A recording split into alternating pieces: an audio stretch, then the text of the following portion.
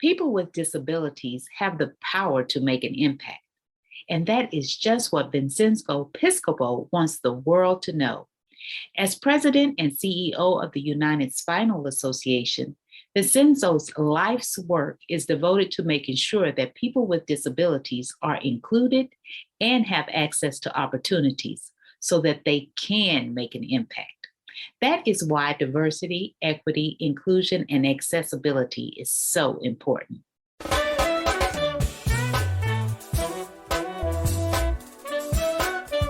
Welcome to the Empowerment Zone with Ramona Houston, where we zone in on Black and Brown relations and our journey to empowering our communities.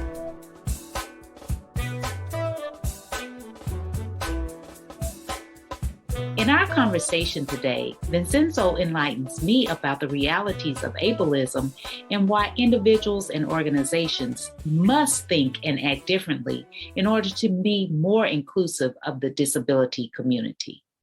I hope you learn as much as I did from our conversation. See the show notes for more information about Vincenzo. As always, make sure you subscribe to the Empowerment Zone podcast. And give us a rating, too, on Apple Podcast. Your support will make sure that we continue our journey in empowerment and impact. Today, we're talking about ableism, and I would love to hear more about your story in terms of how this particular issue became a passion for you. Yes, absolutely. So, Ramona, I got injured 12 years ago, and I had a spinal cord injury that left me paralyzed. And when that happened, it really opened my eyes in many of those issues. And the trigger of understanding the existence of ableism and the negative impact that it has in society happened actually with a good story. And it was because when I got injured, I was working for the Coca-Cola company, and Coke was an excellent, they did an amazing job at accommodating me when I was able to go back to work, and I went back to work and I was successful, right? And that for me was big eye opener, because I realized that the value that I was adding to the organization was the same or even bigger than the value that I was adding before my injury. That realization came also for the Coca-Cola company. And that for me gave me a lot of anxiety, because I thought about the many, many folks that are out there that were born with a disability or that acquire disability later in life, how because of some stigmas are not being given the opportunity that I was given, and therefore society is not getting the value that those folks can bring. And so that was for me the beginning of it, right? It's understanding that, if we are, when I became injured, I started being a wheelchair user, I started meeting many, many people in the community of people with disabilities. And I was able to meet a lot of very, very, very brilliant people. Some of the brilliant people that I met were people that were not working, and they were not working not because they didn't want to work, it's because they were not given the opportunity to work, or because the workspace was not accessible, etc., etc. And that's a problem, right? Because the person with a disability is missing out, right? Because if you remove my ability to work, you're removing a lot of the things that I can do with life, but you're removing the opportunity for society to add that value that I'm uniquely qualified to add. So that's how it all started. Wow, so true. And it's so great to hear that a corporation, Atlanta's own Coca-Cola, embraced you after the spinal cord injury and really allowed you to keep and maintain your space there. But even more so that you feel like you were adding more value. Absolutely. And, and one of the things that I always say about how Coca-Cola handles my injury that actually makes me very proud. And I think it's one of the reasons, one of the things that actually empowered me is, so I spent 3.5 months in rehabilitation. And like a week or so before starting going back to work, my manager sent me a long email that had all the things that I needed to do as part of my job when I was going to start, right? And it was like, and the list of things and the list of challenges and priorities looked exactly the same as it would have looked before. So for me, the message there is we trust you, we believe you, and we know that you will be able to do it. There were no guests. There were no, well, we don't know if anything. So they were letting me be the one to say, you know what, I cannot do it. But they did not have that ableism, right? That say, you know what, he said he's got a disability, and because he's got a disability, he's not going to be able to do his job. And because he's not going to be able to do his job, we're going to have to move him to do some very basic kind of work, right? And that is key. And that is what we need to have really ingrained by the culture of many organizations and by many people in general, right? Is to actually not let the disability define what you can and what you cannot do, and not assume that it's because you have a disability, you're not going to be able to be a successful person and add value to society. And that's something excuse me, go ahead. No, I was going to say that, and the reason why I think I added more value to the organization than before is because I brought that awareness to the organization, and that triggered that, all the great work that Coca-Cola is doing now around disability inclusion. So that's the value that I brought right there, because I was who I was and happened to have a disability. I love it. That Coca-Cola still had a level of expectation for you. And that was a high expectation, right? They didn't lower their expectations because you had a disability. And that really shapes culture, as you stated, that our culture, this society, thinks that just because you have a disability, then there should be lower standards. Right. Exactly. So tell me about how your experience empowered your environment, whether it was your work environment at Coca-Cola or whether it was the work that you do in the community in terms of empowerment and impact.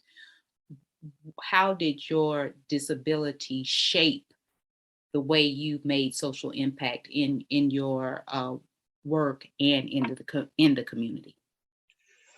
So I think that I think it's part of a bigger conversation, but I think that when you acquire a disability in life, the first 6 months, it's you really are redrawing your purpose in life, right? So you're trying to find a new purpose on life and trying to make sense of everything that is happening. And for each person is different, because what happens, the way you do it is driven by an intersection of your spirituality, your experience, your family, and your background. Those things together, the intersection of that is what drives you, what you do next with what is happening to you. So in my case, I think that a little bit of the empowerment that the Coca-Cola company gave me, on top of the empowerment that I got from my family, and then and friends, and my spiritual beliefs, although those really made me feel that, what, this is a perfect timing for me to make an impact on this, because this made an impact on me, and it can make an impact on many, many other people. Let me give you a quick example about like my family. I have 4 kids, Ramona, and one of my daughters, she was 10, I believe. Yeah, she was 10 when I got injured. She had exactly the same attitude as the Coca-Cola company with me, in the sense that she did not change her expectations, from his dad, like she knows, hey dad, you need to drive me to school, you need to drive me to my dance classes and all that, and you need to stay late with me doing homework. And she never, the wheelchair was never an issue there. It's funny, right? It's a 10-year-old, but that for me was, hey, listen, if she has that expectation, it's because she believes in me. Yep. And if she believes in me, I owe it to her, right? That, that I need to really do it. And that, and the importance of that empowerment on my life and what I was able to do with it and the impact I'm having in society is actually what is really refueling my, my advocacy and my need of empower more and more people, so that we can leverage that magic that happens when those things intersect. Isn't it amazing? The children will teach us, right? Oh yes, oh yes. She didn't change her expectations for her father, and that empowered you as a father. Exactly. So when you look at the idea of inclusion and looking at people with spinal cord injuries and disorder, how should people begin to reconceptualize? How do you advise our culture, our society, to really embrace inclusion beyond just racial and cultural diversity? That's a very good question, Ramona, and I'm so happy that you're asking it. So let me give you some examples of things that people that are wheelchair users face in a regular life, right? So, for example, when I go, my son is a baseball player. He loves, he's not a baseball player now, but he was a baseball player. He's a baseball fanatic. He loves the Braves and all that, right? And he always loved to go to baseball games with his dad and his friends. However, when I went to baseball games with him, I couldn't sit where he sat with his friends, because the stadium decides where I need to sit. I don't decide that. That's not inclusion, right? Because you're just, you're basically telling me, limiting my experience with my son, limiting my experience in the stadium. And that is because, all the thinking that went around the design is that, okay, you get those spaces there, and with that we're including people with spinal cord injury. In reality, wheelchair use. In reality, you're not including me. That's not real inclusion.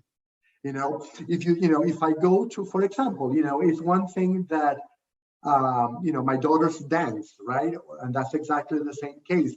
So yes, the last week they had a performance for the graduating seniors, and my daughter's not a graduating senior. And the director of the school asked all the parents of the graduating seniors to come up the stage. That's not inclusion, right? Because what's going to happen with me next year when he calls me? I'm going to be down. Right?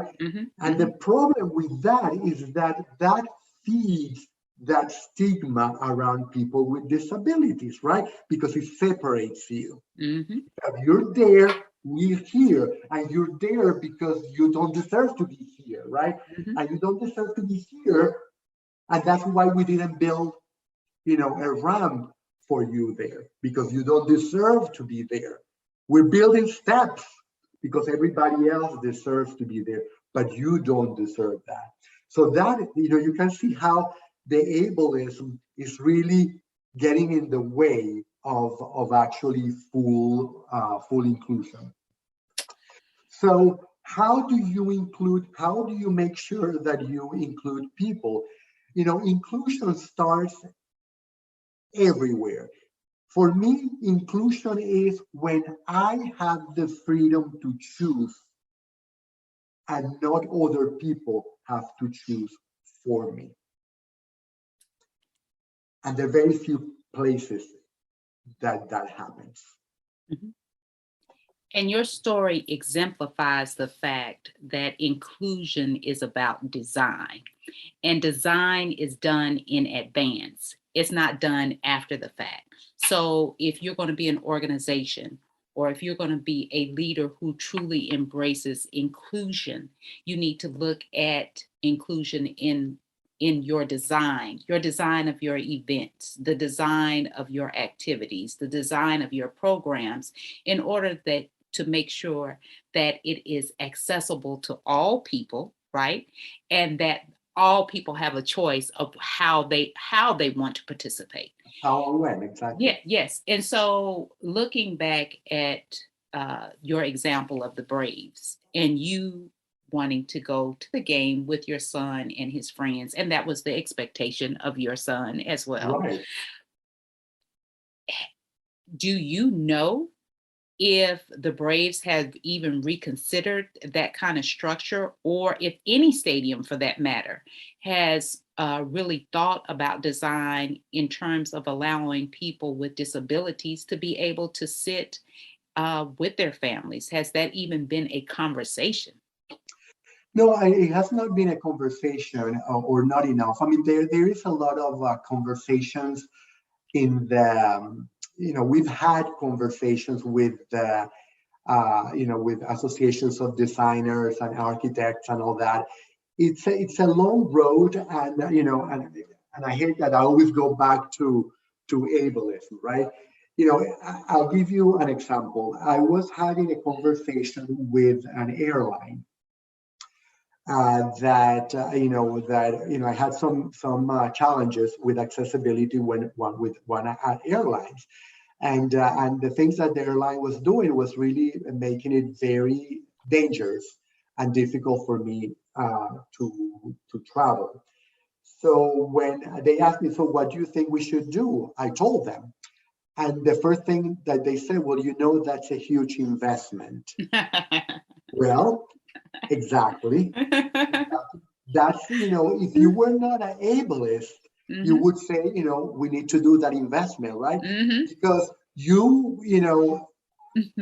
don't think twice to really, make stairs, mm-hmm. right? Mm-hmm. You don't think twice to put rails on a stair, mm-hmm. right? Mm-hmm. Because that's, it's dangerous for the majority. Mm-hmm. So why my life all of a sudden is less important, mm-hmm. and less valuable than the other, where it's not worth investment for us, but it's worth investment for the rest of the population.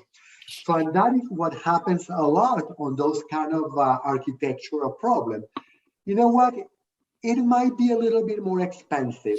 It's not impossible, Ramona, because we have, we send people to the moon, right? We are doing tourism in the space. And that is completely out there, right? If that was possible, I'm sure that the creative minds can come up with a way to design a stadium or a movie theater or a theater in a way that is fully inclusive. And one thing that I wanted to say, I wanted to add, Ramona, before I forget, when you were talking about, how it's all designed and how the companies need to do that, they also need to think about inclusion on the products that they sell, right? Mm-hmm. So it's not only, in their events, in their infrastructure, in all that, but it's also what they sell, right? So think about, technology. Technology is an example that I always do. Think about, autonomous vehicles. If you think about, if you thought about autonomous vehicles 10 years ago, you would have said, "Oh my God, that's crazy. That's never gonna happen." But you were able, and now there is autonomous vehicles. I've been, I've been in autonomous vehicle without nobody, and the car is driving me, right? Mm. So everything is possible. If you think about it, those vehicles, unfortunately, are not being made accessible, right? If those manufacturers had inclusion ingrained in their culture, in the design process, they would have thought on accessibility for people with disabilities. Retrofitting, it would have not been necessary to retrofit. It would have been part of the overall design, right? Mm-hmm. But retrofitting is extremely impossible. Mm-hmm. So going now to the SunTrust Park and trying to make it accessible for everybody, it is very expensive. But if you had that inclusion mind and you had removed that ableist, thing in your brain, at the get-go on the design phase, you could have created an experience for people with disabilities in your stadium that makes them feel included. Yes. So can you expand on what you were saying about the products that they sell at the stadium, how that is not inclusive? Well, I mean, it's not only to give you an example, and let's not talk about, specifically the stadium, but let's speak about anything, right? Like autonomous vehicle is one of them, right? Mm-hmm. You're building a product, and the product is not accessible. But think about vending machines, right? So think about a vending machine that is meant to deliver soft drinks to you, right? Do you know how tall the vending machines are, right? Mm-hmm. Okay, so I'm a tall guy, I can reach. Think about a little person. If a little person wants to reach up there, she or he cannot reach. Mm-hmm. And that's something that when they design the vending machine, is that, thing with that part in your brain that made you think about inclusion was there, you would have designed that vending machine in a way that would have allowed a little person to reach your product. Think about when you go to the supermarket. Ramona, when I go to the supermarket, many, many times I have to stop somebody for them to reach a product that is up there. So when you design that, the supermarket was, when the shelves were designed, they didn't think about inclusion there, right? Because little person can get there, people that are wheelchair users cannot get, cannot reach it. Then if you want to think about, tables, talking about products, when, many times when I go to a restaurant, I cannot slide under the table because the table is too low. Or I go to a restaurant and they have bars and they say, well, we don't have any tables available, but we have the bar available. Well, thank you very much, but I cannot eat on a bar because I feel like a little kid trying to, reach because it's too high to eat. So when those bar stools were created, when those products were created, they were not thought about the needs of the community of people with different disabilities. And that goes back to my argument about inclusion being about design. That it must be done in advance. It cannot be, it's more expensive to do it after the fact, to your point, versus really considering inclusion and accessibility in advance. And so it is an investment, but companies and leaders who decide to invest in accessibility, it really shows what you value, right? Mm-hmm. And I would say people with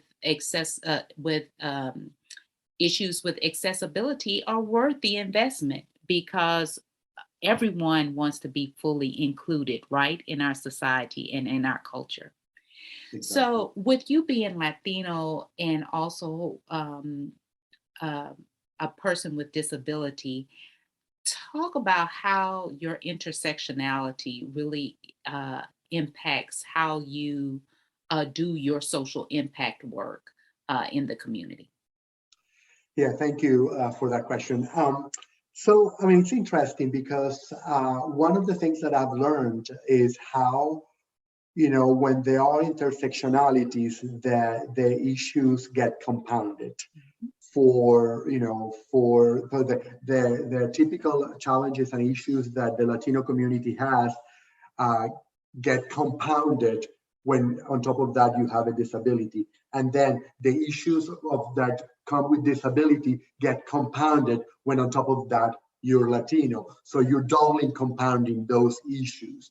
And that's something that, from my advocacy, and in the organization that I lead, we're putting a lot of investment and efforts on really understanding the nature of those of the compounding effect, so that we can address it from the beginning, from the get-go, because you cannot use band-aids, because if you use band-aids, you might solve it for one person or for one little community, but you're not solving it in the long term.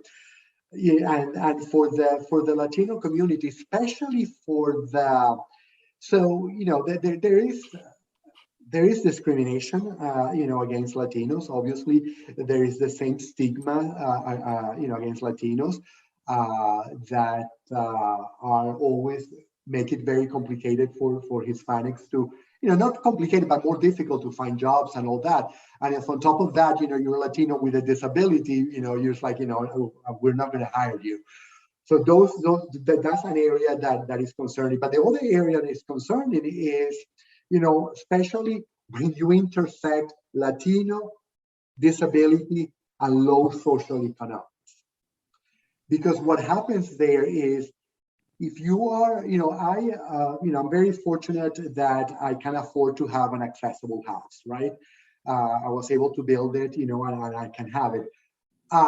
When you're Latino, and you have a low social economic, you don't have, you cannot build your own house.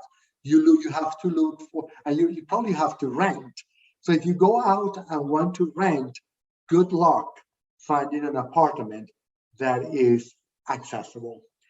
And then you, as a Latino, try to advocate for yourself and talk to the landlord that, hey, listen, you need to make this place accessible. Then, because you're Latino, you're saying, what, they always, if you're undocumented, it gets like, no way, I'm not going to open my mouth here because, that's going to be, so I need to just learn to live not in dignity and maybe not shower like everybody showers, because I'm not going to risk it because I'm Latino and they are going to report me to immigration. And those are things, those kind of things. And if it's a Latino from a low social economic, they might not be able to know how to advocate for themselves, right? Because they don't have the education, they don't have the knowledge and all that. So they give the landlord a pass as, and they pay by living in dignified lives. So I don't know if I answered your question. Yes, you did. So what advice would you give leaders and activists in our society about being more inclusive in terms of including the community of people with disabilities? So I think one of the first thing that we have to do is education. So if you are a leader in an organization, spend the time and money to train and educate your workforce about disability inclusion, about disability etiquette, because one of the most paralyzing, no pun intended, one of the most paralyzing aspects for us is not our disability, is the stigmas around our disability. So if we are able to remove those stigmas then people are more open to be inclusive, and inclusion becomes more easier to happen, and then accessibility comes with that, right? But if you have the stigmas that you immediately think that you're undeserving, so I'm not going to invest the money, and you're poor, then you will not want to make the investment. You will not want to include people, and then because you would say, no, why should we include them, right? What's that? Why should we make that big investment in that poor person if that person is not going to be able to work, right? Because people with disability don't work, so why should you work? So if you're thinking that way, what you're creating is you're making the whole culture of your organization more and more uninclusive. So the first thing is education, removing those stigmas and making people understand and accept people with disabilities. One thing, Ramona, I wanted to share with you that is part of the education, but it's something that society does a lot, which the people with disability cringe every time that it happens, is what we call in our community inspiration porn. And inspiration porn is that when people with disability that are out and about are seen as an inspiration. Because, wow, you are working, what an inspiration. And the problem with that is that that sentence is anchored in the core of ableism. Because if I'm thinking that you are an inspiration because you're out and about, is because you're automatically thinking that a person with a disability cannot be out and about. And you're immediately thinking that you're less than anybody else. So if somebody sees me driving, oh my God, you're driving, you're such an inspiration, is with you, you automatically are thinking that people with disability are less, and therefore they don't drive, and therefore you are an inspiration.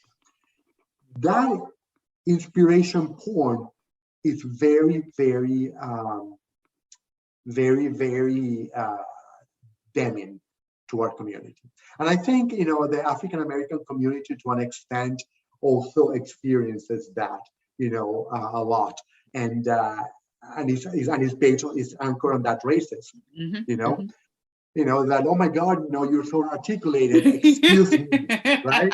Yes. It's exactly the same. That is same inspiration porn.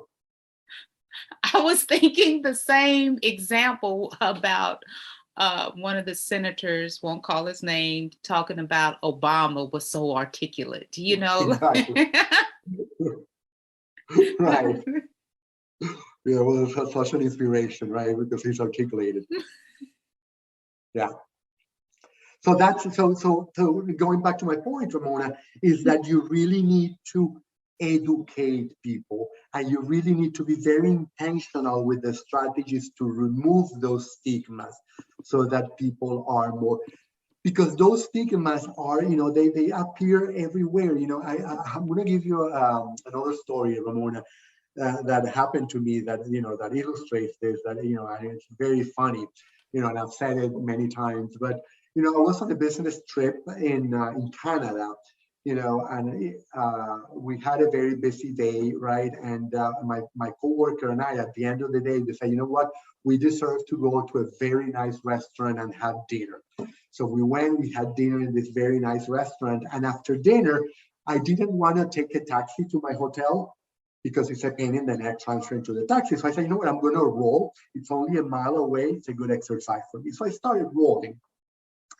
So I got to a point where there was a curve that I needed to negotiate, and I didn't, I wasn't very comfortable doing it by myself.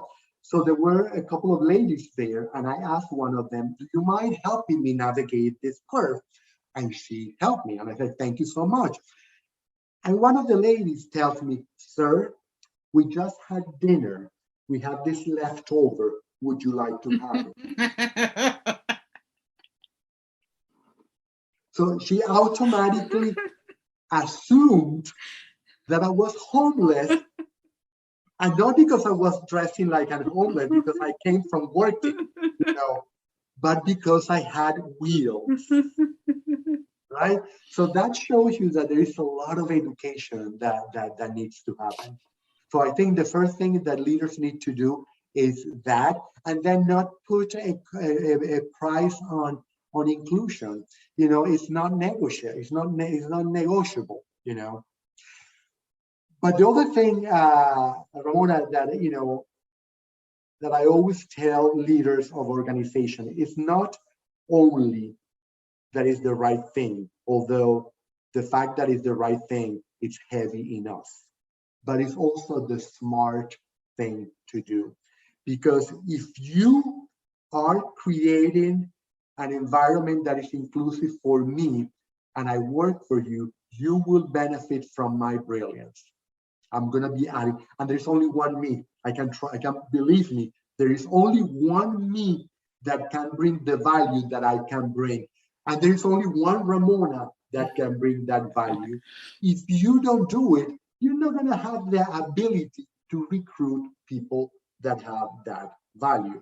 Second, when you have people with disabilities in your organization, you are, the population of people with disability is huge. So it's a huge market.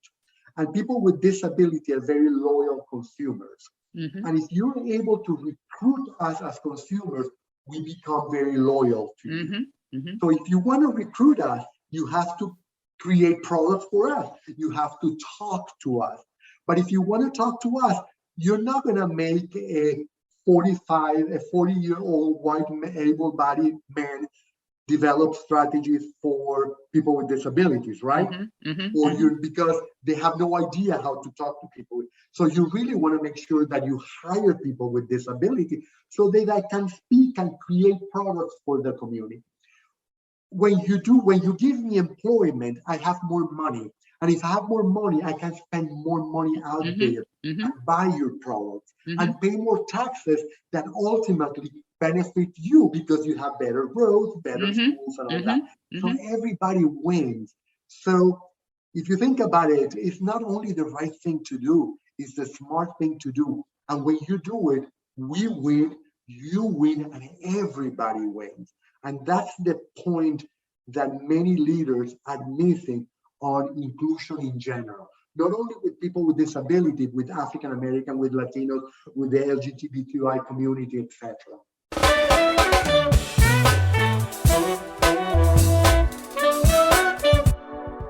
So, Vincenzo, I am such an advocate for higher education, and I know you attended college. And I always try to provide some great advice for people who want to go to college. So, what college or colleges did you attend? What were your major or majors and your degree or degrees? And what strategy would you provide individuals who want to attend college and be successful in college? So I have a bachelor's degree in economics that I got from the Universidad Católica in Venezuela, in George Bello. And then I got an MBA from Carnegie Mellon University, and it was focused in strategy.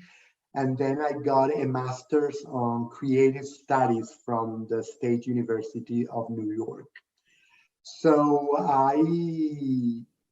that's what I did. My recommendation for everybody, especially to kids, is to find where your passion is.